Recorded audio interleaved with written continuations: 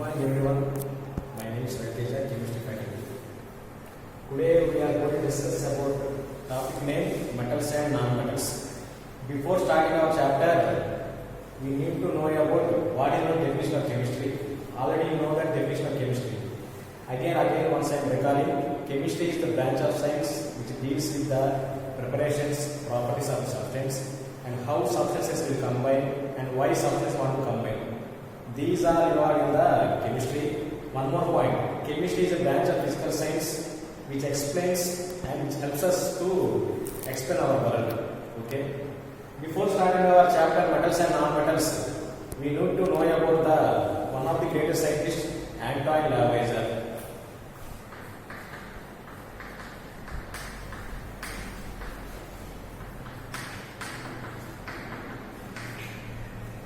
Antoine Lavoisier is a French chemist. He proved the law of conservation of mass. Now, what is meant by law of conservation of mass? According to law of conservation of mass, it states that matter neither be created nor be destroyed in chemical reaction. It means products of the chemical reaction mass must equal to the products of the mass of the reactions. Then we can say that matter is not changing anymore in the chemical reaction. That was proved by the Antoine Lavoisier. Antoine Lavoisier proved the law of conservation of mass. In the law of conservation of mass, we can say one more example. For example, I took wood.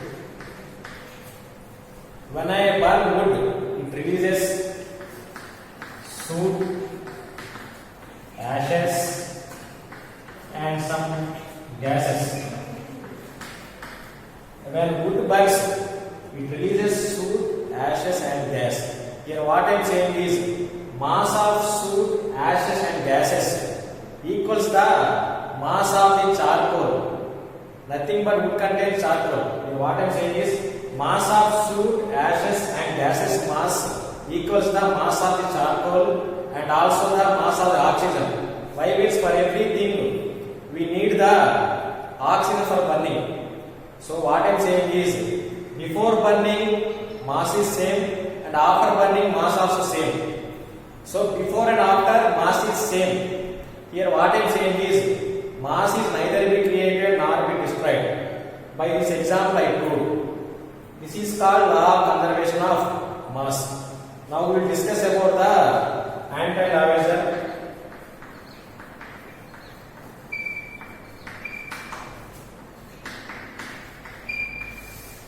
Antoine Lavoisier gave the perfect definition of an element. First point. Antoine Lavoisier gave the perfect definition of an element. Now, what is meant by an element? Already you have learned in Indian classes. An element is a pure substance. It is made up of one kind of atoms.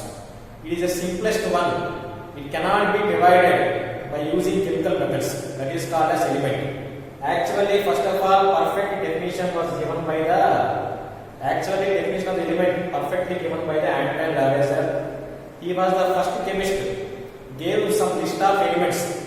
He is the first chemist, gave some list of elements, and he also gave one perfect idea. By using elements, we can name the compounds. He gave the perfect idea. We can name the compounds by using elements. And one more thing, he done a great contribution to chemistry. What that means? He discovered some elements also. One element is carbon. Another element oxygen, and one more element is silicon. Antoine Lavoisier discovered the elements carbon, oxygen, silicon. He not only discovered elements, he named some elements also. What that elements means? Carbon, oxygen, hydrogen. He named the carbon element, he named the oxygen element, he named the hydrogen element also. So based on these all contributions towards chemistry, he is known as the father of the modern chemistry. Antoine Lavoisier is known as the father of modern chemistry.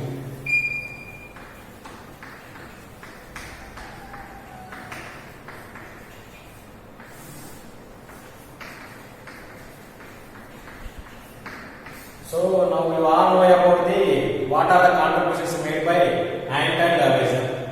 Now let us start our introduction about the metals and non-metals. Actually, we are having 118 elements at present. We are having 118 elements at present. These elements are having some similarities and some differences. These elements are having some similarities as well as some differences. We can differentiate them by using similarities and differences. Actually, according to the convenience of our study, which elements are having same similarities, they are grouped together and they are broadly divided into two types. Based on the similarities, they are grouped together according to our convenience for our easy studies. They are divided into two types. They are only metals and non-metals.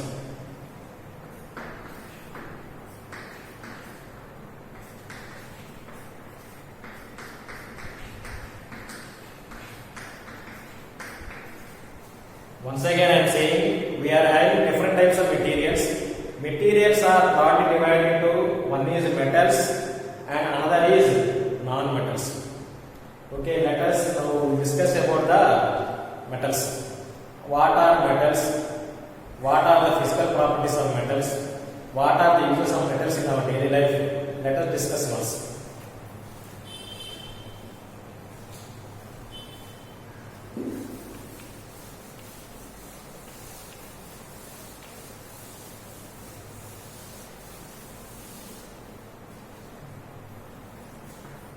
First point about metals. First point about metals is among all the elements, metals are very useful in our daily life. Among all the elements, metals are very useful in our daily life. First point. And coming to the second point, if you think about steel, aluminium, copper. These are we can see in our kitchen. Actually, vessels and utensils are made up of steel or stainless steel, aluminium and copper. Because why we are using these metals means metals are the good conductors of heat and electricity.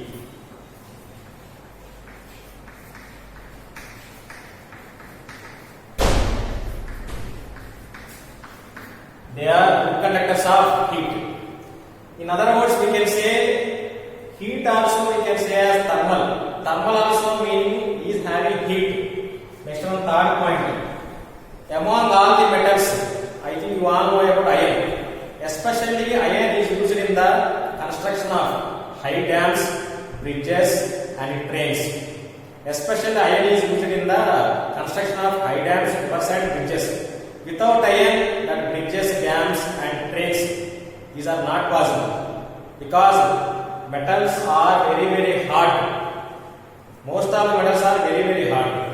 Now coming to the fourth point, here we said about iron. Now coming to the fourth point.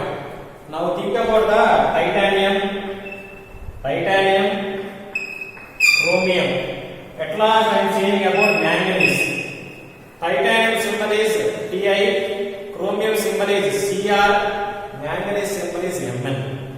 Once again, titanium symbol is Ti, chromium symbol is Cr, manganese symbol is Mn.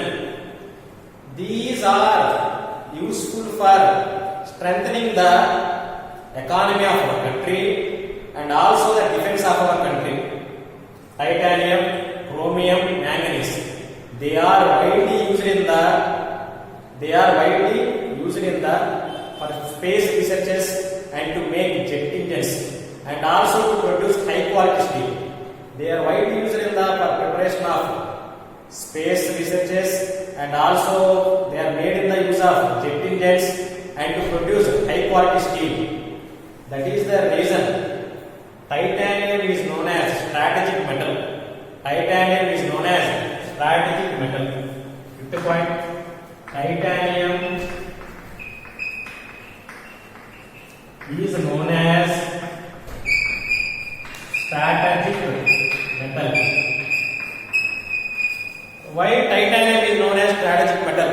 Why? Because means titanium is an salt water resistant and also it is acid corrosive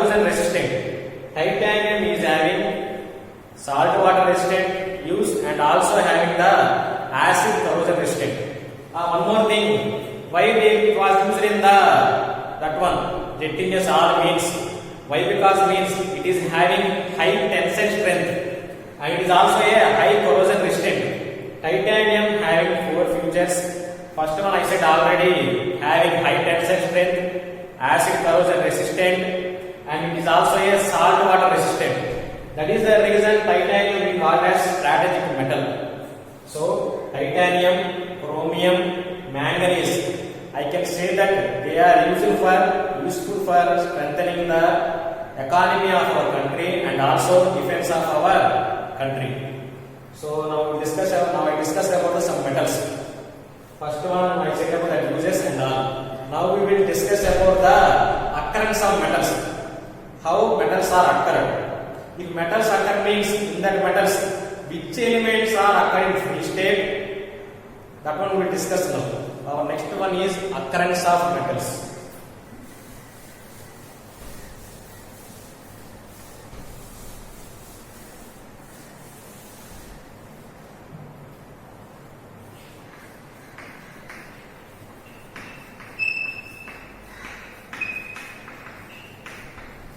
Okay, occurrence of metals.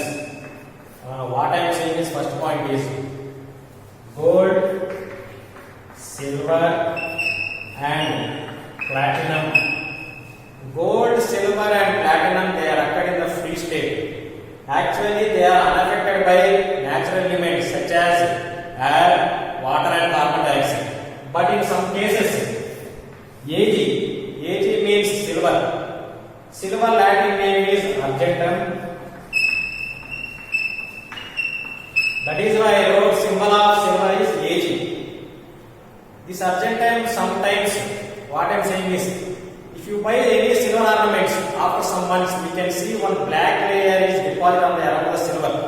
What is that means? Why means silver reacts with the sulfur in the atmosphere and forms one compound that has black solid on the ornament.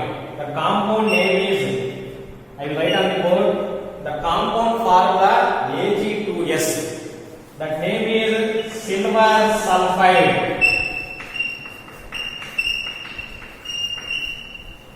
This is the reason, if you see in the gold shops, we will see all silver ornaments are covered in the plastic covers. Because if it exposed to air, top layer of some months it can come as black color. Why will it react with the sulfur in the atmosphere? So first point again, gold, silver and platinum, they occur in the free state. Okay, now coming to the second point. So what about remaining metals? Remaining metals are there. Most of the metals exist as oxides. They exist as oxides, hydrated oxides,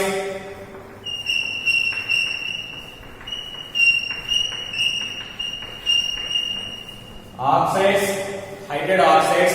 One more thing I am writing also, carbonates. They can occur as oxides, hydrated oxides, carbonates, sulfates,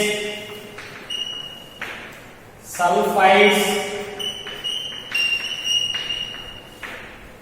and next one halides, and last one nitrates, etc. Now I will say some examples of oxides, hydrated oxides, carbonates, sulfates, sulfides, halides and nitrates. Okay, let us see the examples.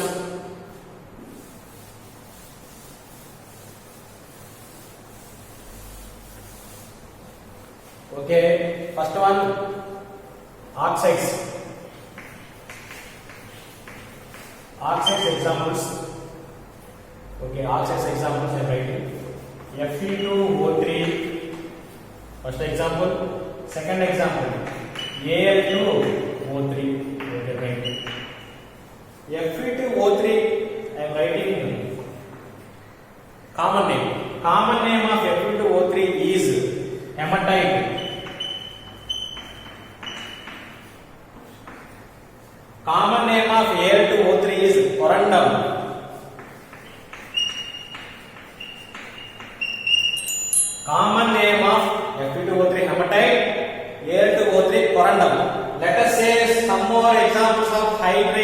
oxides. For hydride oxides, I am writing examples are Fe2O3, H2O and Al2O3, H2O. Fe2O3, H2O common name limonite. Al2O3, H2O common name is bauxite. This is called limonite and this is called bauxite. So now I gave some examples about oxides and hydride oxides. Now we will discuss some examples about carbonates and sulfates. See Amma? Okay. Third one, carbonates example writing two examples, CaCO3 and MgCO3. CaCO3 and MgCO3. CaCO3 common name limestone, MgCO3 common name magnesite.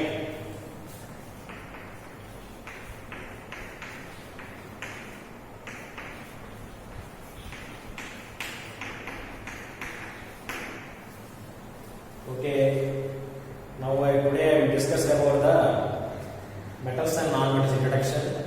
In that, at last we discuss about oxides, hydride oxides and carbonates examples. Tomorrow we will discuss about, next class we will discuss about sulfates, halides and nitrates. Thank you very much.